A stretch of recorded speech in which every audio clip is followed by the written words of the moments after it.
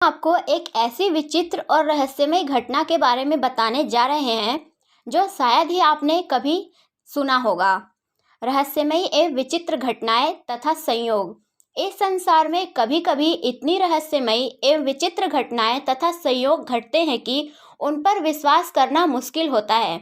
कभी कभी तो इन विचित्र संयोगों के पीछे अशरीरी आत्माएं होती हैं, लेकिन कभी कभी ये सिर्फ संयोग होते हैं जिनके घटने के पीछे कोई तार्किक कारण नहीं होता। ऐसी ही एक घटना प्रथम विश्व युद्ध के दौरान घटी।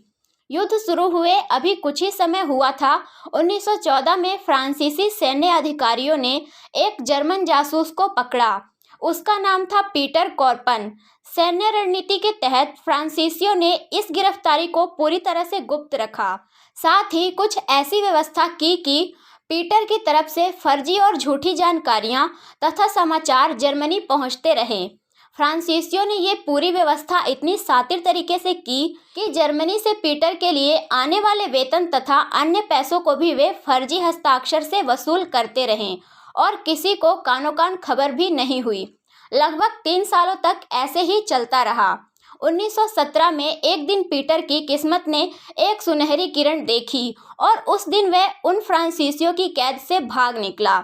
इस बीच फ्रांसीसी सैन्य अधिकारियों ने पीटर के नाम पर एक जर्मनी से आए पैसों से कुछ सामान खरीदे, जिसमें एक कार भी थी।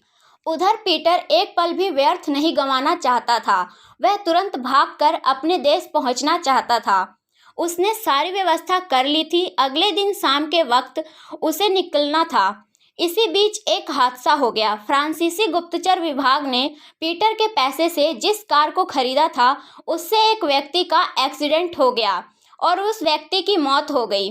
खोजबीन करने पर पता चला कि मरने वाला व्यक्ति और कोई नहीं बल्कि फ्रांसीसी कैद से भागा हुआ जर्मन जासूस पीटर कॉर्पन ही था, जिसकी मौत अगर ना हुई होती तो विश्व युद्ध के दौरान गायब हुए सैनिकों और गुप्तचरों में पीटर का भी नाम होता। अब हम आपको एक दूसरी घटना के बारे में बताने जा रहे हैं।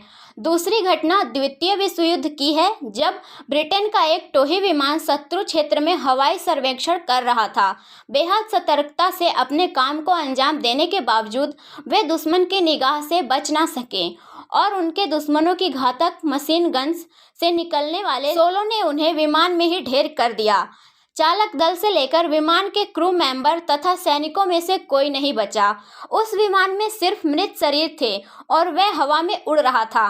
आमतौर पर ऐसी परिस्थितियों में किसी विमान के लिए सिर्फ एक ही संभावना बचती है, उसके क्रैश हो जाने की। उस विमान के बारे में भी ऐसी ही उम्मीद की जा रही थी, लेकिन जो कुछ हुआ उसे समझना थोड़ा मुश्किल था। विमान घंटों आसमान में बेतुके से चक्कर काटता रहा, मानो उसमें बैठा विशेषज्ञ चालक केवल आनंद लेने के लिए उसे उड़ा रहा हो। और सबसे ज्यादा आश्चर्यजनक बात यह थी कि ईंधन खत्म होने पर वह विमान बिल्कुल शांत और सुरक्षित तरीके से एक समतल जमीन पर उतर भी आया। ना जाने कौन सी शक्ति कर रही थी ये सब। विश्व की सबसे बड़ी मर्डर मिस्ट्री, विश्व के सबसे रहस्यमय हत्याकांडों का जब भी जिक्र होगा उसमें जैक द रिपर द्वारा किए गए नृसंहार हत्याकांडों का जिक्र जरूर होगा। उस रहस्यमय हत्याकांड की गुत्थी ने उस समय सबको हिलाकर रख दिया। सबसे बड़ी हैरानी इस बात की है कि इस हत्याकांड का रहस्य आज तक अनसुलझा है। बात 132 साल पहले की है। सन 1888 में जैक द रिपर ने अकेले लंदन में कम से कम 5 महिलाओं को मार डाला और मारा भी इतने बेरहमी से कि उनके शरीर को बुरी तरह से विकृत कर दिया। मरी हुई महिलाओं के शव देखकर लोगों की रूह कांप गई। हैवानियत का नंगा नाच हुआ था घटना स्थल पर। ऐसे नृसंहार हत्याकांडों पर आमतौर पर पुलिस तुरंत सक्रिय हो जाती है, क्योंकि उन्हें अंदाजा हो जाता है कि समाज में मनुष्य के रूप में कोई भेड़िया या पिशाच घूम रहा है और उसे जल्द से जल्द अपने अंजाम तक पहुंचाना वो अपना पहला कर्तव्य समझते हैं।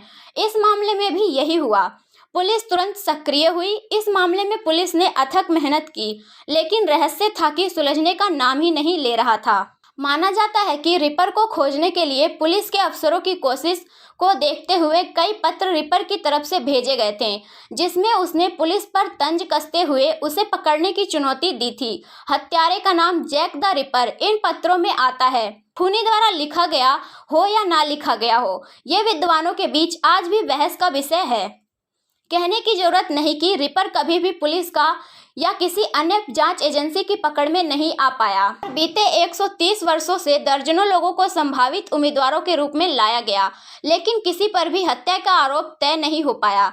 हाल ही में एक पुस्तक ने सुझाव दिया कि लिजी विलियम्स नाम की एक महिला रिपर थी। हालांकि अन्य रिपर विशेषज्ञों ने इस पर संदेह किया था।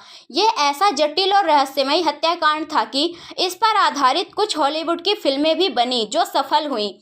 ऐसा प्रतीत होता है कि रिपर की असली पहचान कभी भी सुनिश्चित नहीं हो पाएगी और ये राज हमेशा राज ही रहेगा।